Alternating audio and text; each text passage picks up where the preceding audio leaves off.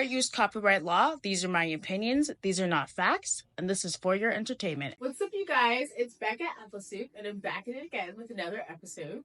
We're back at it with Applesoup, episode 9. And today we're going to discuss another hot topic that's fresh off the press. We're going to be talking about Glorilla and Megan Thee Stallion and Glorilla's recent album that she just dropped called Glorious.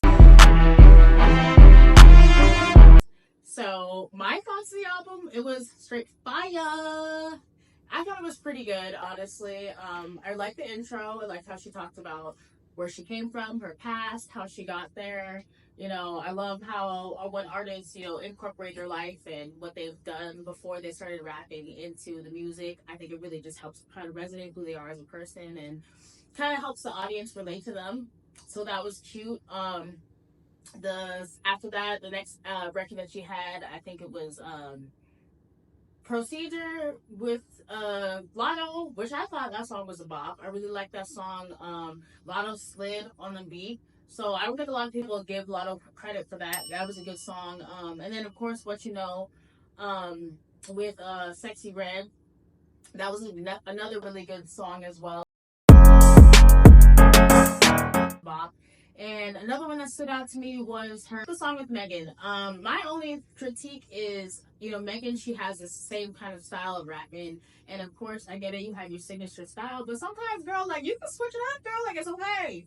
It's okay to switch it up, girl. Like, I promise you, like, we won't tell anybody. I promise you. Like, it'll be okay. So, I mean, that's the only thing that I wish that Megan would kind of just, like, work on is switching up her flow and everything. But other than that, I thought it was a really good record. So my thoughts on the album overall, just in general, is it was a great body of work for her. I feel like there's some songs that could have had some improvement on, but overall, for the songs that she put out by herself without features, like they were really good songs. And I think Glorilla has really had an amazing year. She's really come back. She's made definitely a turnaround and comeback from, you know, how she started and, you know, with that cha-cha song that everybody was like clowning her on. Cha-cha-cha. Do the cha-cha-cha. And then, you know, she started coming with bangers. You know, she had Hold On. She had the song with Cardi. Riding with my twin and we all look good fuck. She said she my eye, but I don't know her. Had to look. She had a whole bunch of songs, and a lot of people were saying, you know, after she did the song with Cardi, like, oh, you know, her career was going to be over because Cardi was taking a lot of that success. But she managed to turn it around. She ended up selling 79,000 her first week album out, which is pretty good by today's standards. Obviously, if like 3 or 4 years ago, that would not be good at all. But as far as I'm concerned, with the rap girl selling, Lotto selling 28K, we got I think it was JT selling 24K or something like that. With the girls doing so low on numbers, the fact that Glorilla was able to do about almost 80,000 her first week, 79K, is actually really, really good. And the thing is that most people are talking about right now is the fact that Glorilla was the opener for Megan Thee Stallion on Megan's tour with her recent album that came out. I think it was like Megan Act 1 or something like that. And people are saying, how the hell did Glorilla manage to outsell Megan Thee Stallion in sales? Like, how did she manage to do that? Like, we are seriously questioning Megan's star power because you have Rock Nation backing you. You're supposed to be, you know, this award-winning, Grammy-selling artist. They really are trying to paint this picture that she's on the pedestal of a Nicki Minaj, that she's on the pedestal of, you know, the greater ones that, you know, the ones that actually, you know, have Grammys. And Nicki doesn't even have a Grammy, but she's Grammy-worthy.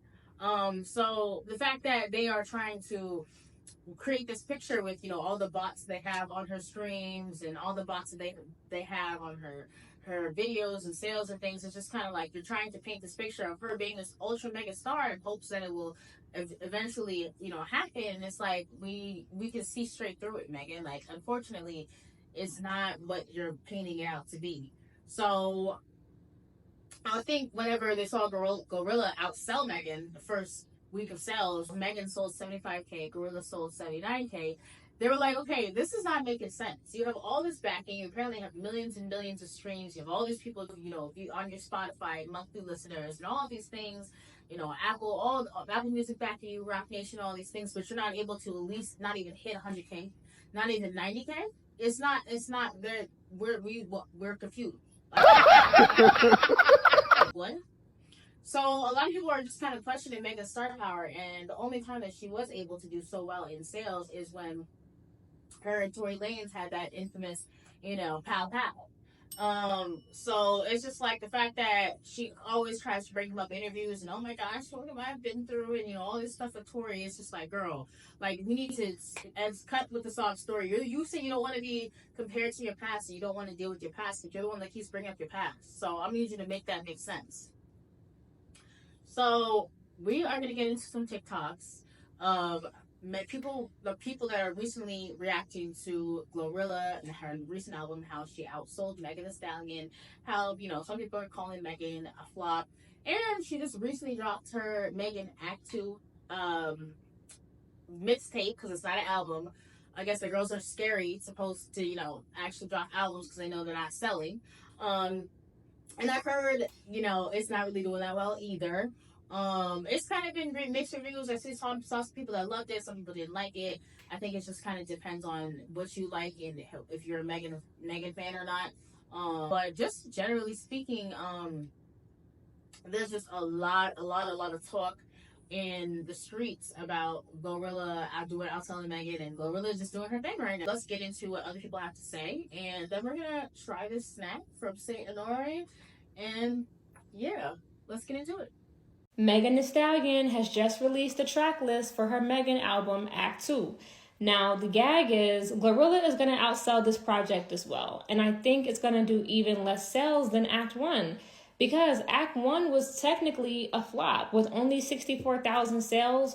You 3 Grammys deep, 5 years in the game. Megan, what's going on? And to be honest with you, I think the real issue is Megan is just oversaturated. And I think every time we turn around, she's got a new project coming, and that's not allowing her to grow. Now, I know that she did take some time off a little while back after everything that happened with Tory Lanez. She took a break, and then she came back out. But when she came back out onto the scene, I wasn't impressed with what I saw, and I don't think the public was neither. I think her coming back as a snake was a horrible idea. On one end, I think she was exposing who she is as a person and how she gets down. But on another end, I just feel like that was a bad idea. Like, after all of that Tory Lanez shit and people suspecting that you was lying and that he really not guilty, and, you know, that court case was real funky and foggy, and the first thing you do is come back as a fucking snake. That was stupid as hell. Like, Desiree and Jay-Z are not giving this girl the best guidance and advice. And I'm not even going to get on Beyonce, because I agree with my radio that Beyonce don't really like her ass like that.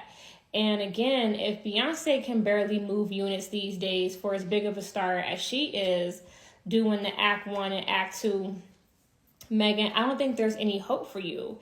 Like, nobody is really checking for you like that. I think people deal with Megan. You know, she's not the worst. No, she's not the best, but she's a lot better than the lineup out there. But I think her brand is just so tarnished with drama. The Carl Crawford situation. There's a lot of speculation about her mother's passing. And then, of course, like the Tori and Kelsey shit was just the icing on the cake. Like, every time you turn around, it's something with her. Yes, the Nicki beef too, which is not serving her. So again, I think Act 2 is going to flop hard. I would be surprised if it surpasses 40,000, 50,000 units. Like, I think it's going to do new rapper sales. I really do. Are y'all checking for this project? Are y'all buying this project? Let's talk in the comments. I feel like it's time we have that uncomfortable conversation about Megan Thee Stallion. When I say this with no shade, no ill intention. But I feel like the general public really be playing in that girl face if y'all not gonna go stream that girl music. Let's just call it what it is. Megan Thee Stallion is a talented woman, and I'll never take that from her. But the hype on Twitter is not matching the sales. And I'm not a chart-obsessed person. I gave the general public the side eye when her album debuted at 64K. Like I always told my friends, 64K is not bad. Debuting at number 3, it's not bad. But it's bad when you look at the pedestal that Twitter has put this girl on. The tweets alone can garner 100K, but that don't translate into the sales because, it's like y'all are the fans, y'all are the supporters, go support. It don't make sense to just talk about it and not be about it. And then with her Act 2 only doing 8K and none of them charting on the billboards, it's a clear disconnect and then the excuses flow in. Not an album, it's a mixtape, it's a deluxe, everything but streaming. And it's like, that's all you have to do. And it goes back to my theory on that his era. People may like Meg, but they have a stronger disdain for Nicki Minaj. You got a clear-cut story. Megan is the good guy, Nicki was the villain. The ultimate goal was to defeat the bad guy, to defeat the villain of Nicki Minaj. It's like WWE. Once that storyline is wrapped up, it's up to you to maintain that push. Because when the villain is gone, you have to see, do you really like the good guy? But I feel like Megan's going to be okay. It's just an observation I be seeing. Well, child, I don't know what to say about that, Barry. But what I do know is, do you know what happens at the sound of my name? Do you know what happens at the sound of y'all name? That's right. Panic buttons get pressed. Amazing. Because let me tell you something. I'm gonna keep it real with you. I would have had to say, you know what? Let me just go on inside.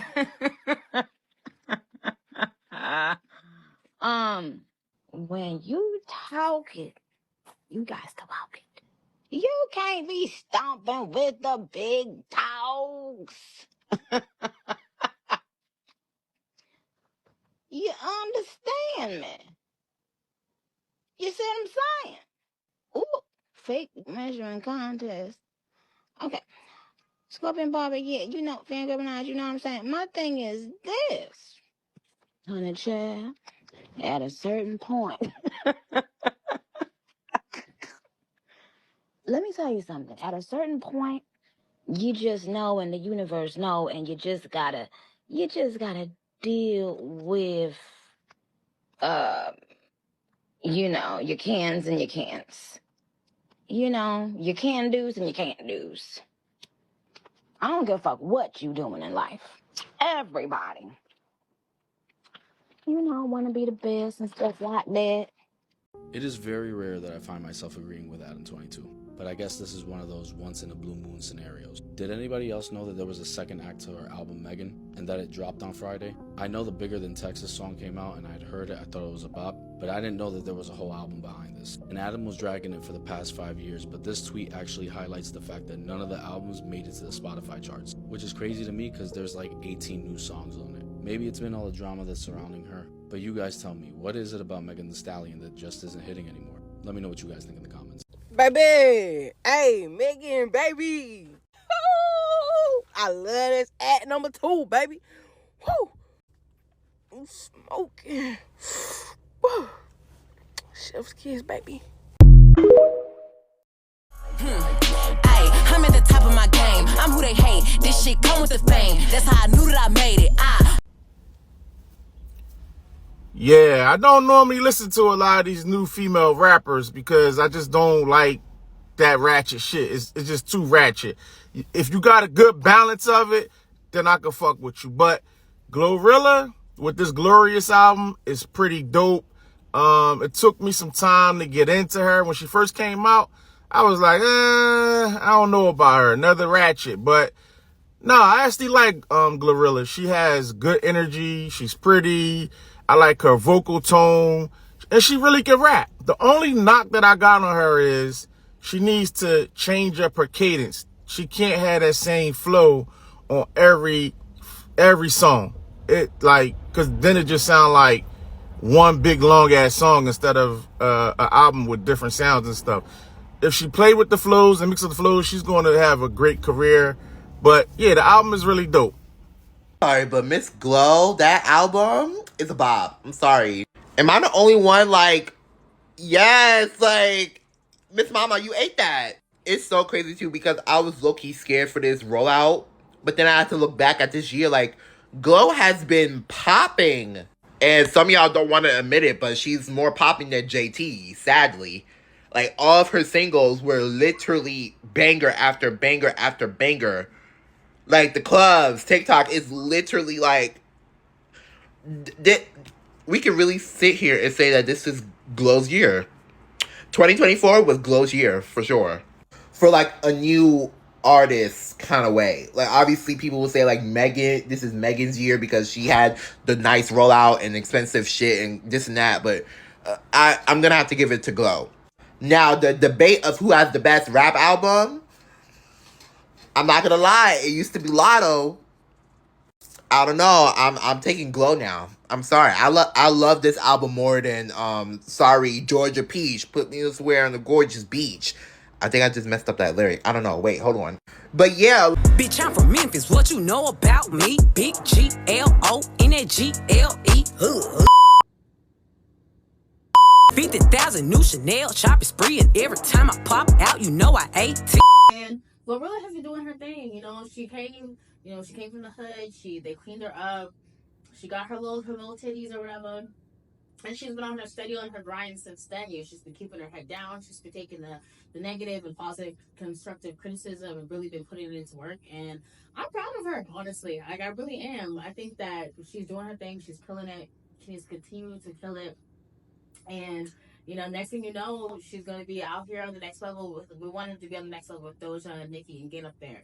And the fact that she is literally outsold every single rapper that has put out the album this year, it just speaks so much about how the rap game is doing just in general, But let's try this treat, you guys. I've been over here eyeing this shit all night, and I'm not gonna lie to you, I'm actually really hungry. I have not ate dinner, so let's get it cracking. I got these gourmet donuts from Saint Honore. They're absolutely delicious. You guys should definitely go check it out. Delicious gourmet donut bakery shop in Las Vegas in the Summerlin area. They were about $8 donut, but let me tell you guys, the way this dough is made and everything is definitely worth it. So you guys get a little close up, my friend over here. Isn't he so cute? I call him Norbert. So let's try it. And happy Halloween, by the way, you guys.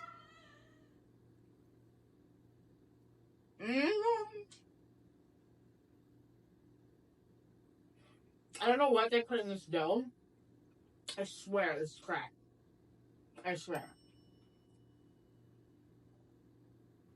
You guys will not be disappointed.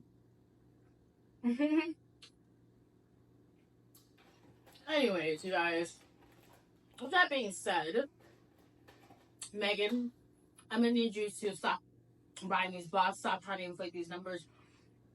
Keep it authentic. Keep it cute, girl. No one likes a mean girl, and no one likes a liar. That whole thing with Tory Lanez, that was crazy. And obviously, it's reflecting in your music, and it's reflecting in the sales. And it doesn't matter how many times they try to fake it with Grammys, how many they try to fake the streams. We all know, and we see what's going on. You can't fake it with us. And Glorilla, keep doing your thing, girl. You over here, you killing it. You popping right now. We see you on your grind, and everybody is respecting you. You got men and women listening to you. The people are respecting you. The people are on your side. So Glorilla, keep doing your thing, and I'm loving it. I'm definitely here for it. So with that being said, you guys, if you have anything to say about the album or the most recent Megan Act 2 album that just dropped, or sorry, mixtape that just dropped, you guys let me know what your thoughts are on that, because as far as I'm concerned right now, with what I've heard for the last 24 hours, the people are not really feeling the Act 2 Megan. They're not feeling it. So I don't know, girl. I don't know. I think you need to go back. We need to call Rock and she needs to have another meeting, because I don't know what y'all got going on over there. So yes, you guys, make sure you guys drop your comments below. Let me know what you thought about this video and what you thought about Megan and Glorilla and the most recent album sales. And let me know what you guys want me to talk about next. If you have any questions or anything that you want me to talk about, please drop the comments below and we'll talk about it. And with that being said, make sure you guys like, comment, and subscribe. Tap that bell button so you guys can get notified for all of my episodes that are coming up in the future.